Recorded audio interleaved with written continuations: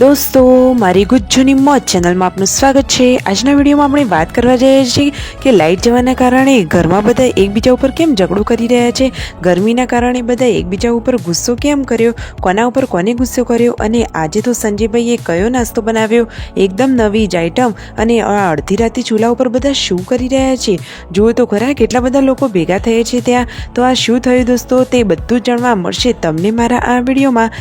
મારી ચેનલ ઉપર નવા હોય તો ચેનલને ફટાફટ लाइक शेर एंड सब्सक्राइब करी दो।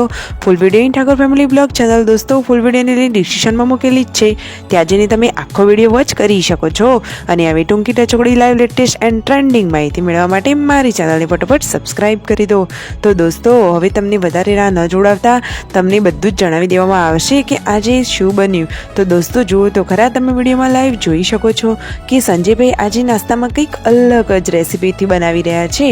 આજે નાસ્તામાં શું બની રહ્યું છે તો दोस्तों एमने तो डूंगળી कटिंग करी, टामेटू अने सरस मजानुं मिक्स चवाणुं अने बधुं मिक्स करी लीधुं छे। आज तो तेमणे बनाव्या छे होममेड चनाचूर।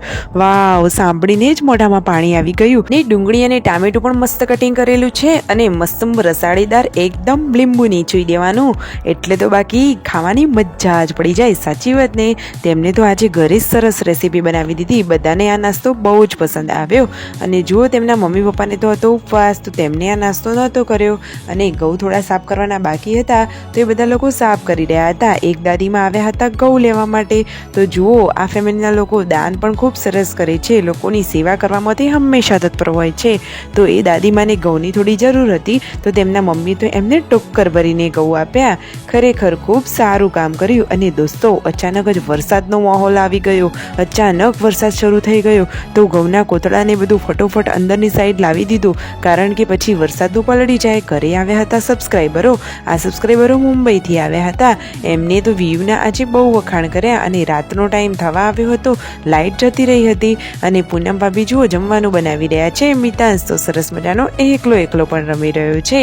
તો ફાઇનલી હવે બધા લોકો જમવા બેસી ગયા છે, લાઇટ નથી, બધા સાથે બેઠા છે, પરંતુ જુઓ ગરમીના લીધે બધા એકબીજા સાથે મોટા અવાજથી વાત કરી રહ્યા છે। અરે ગરમી લાગી એટલે કંટાળો તો આવે જ ને, સાચી વાત ને। અને વળી આ અડધી રાતે આટલું મોડા પૂનમ ભાભી, સંજયભાઈને બધા લોકો ચૂલા પાસે શું કરી રહ્યા છે તો દોસ્તો આજે તો તેમને સરસ મજાનો ચૂલો મળી ગયો હતો કે જેમાં ભરપૂર લાલ અંગારા હતા।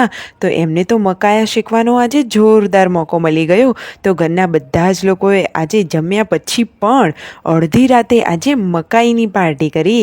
અરે વાહ, પૂનમ ભાભીએ તો ખૂબ સરસ કામ કર્યું કે બધાને સરસ મજાના મકાયા શેકીને આપ્યા। અને ઘરના બીજા બધા લોકો શું કરી રહ્યા છે, જો મમ્મી પથારીમાં છે, મિતાંશને રમાડી રહ્યા છે અને પાર્વતી ભાભી તો બહાર સૂતા આરામ કરી રહ્યા છે। ઘરમાં તો લાઇટ જ નથી એટલે લાગે છે અંધારું ગોટ। અને જુઓ આ જેન્ટ્સોને બધા તો મકાયા લઈને બેસી ગયા છે। પૂનમ ભાભી સરસ મજાના મકાયા શેકીને તેમને આપી દીધા છે। અને દોસ્તો ખાસ વાત તો એ કે સંજયભાઈ આટલું મોડા શું શોધી રહ્યા છે। અરે મકાઈ તો શેકાઈ ગયું, પરંતુ લીંબુ ઉપર લગાયા વગર ખાવાની મજા થોડી આવે। તો એ તો અડધી રાતે પણ જુઓ બંને ફ્રીજમાં લીંબુ શોધી રહ્યા છે। Like share and subscribe my channel.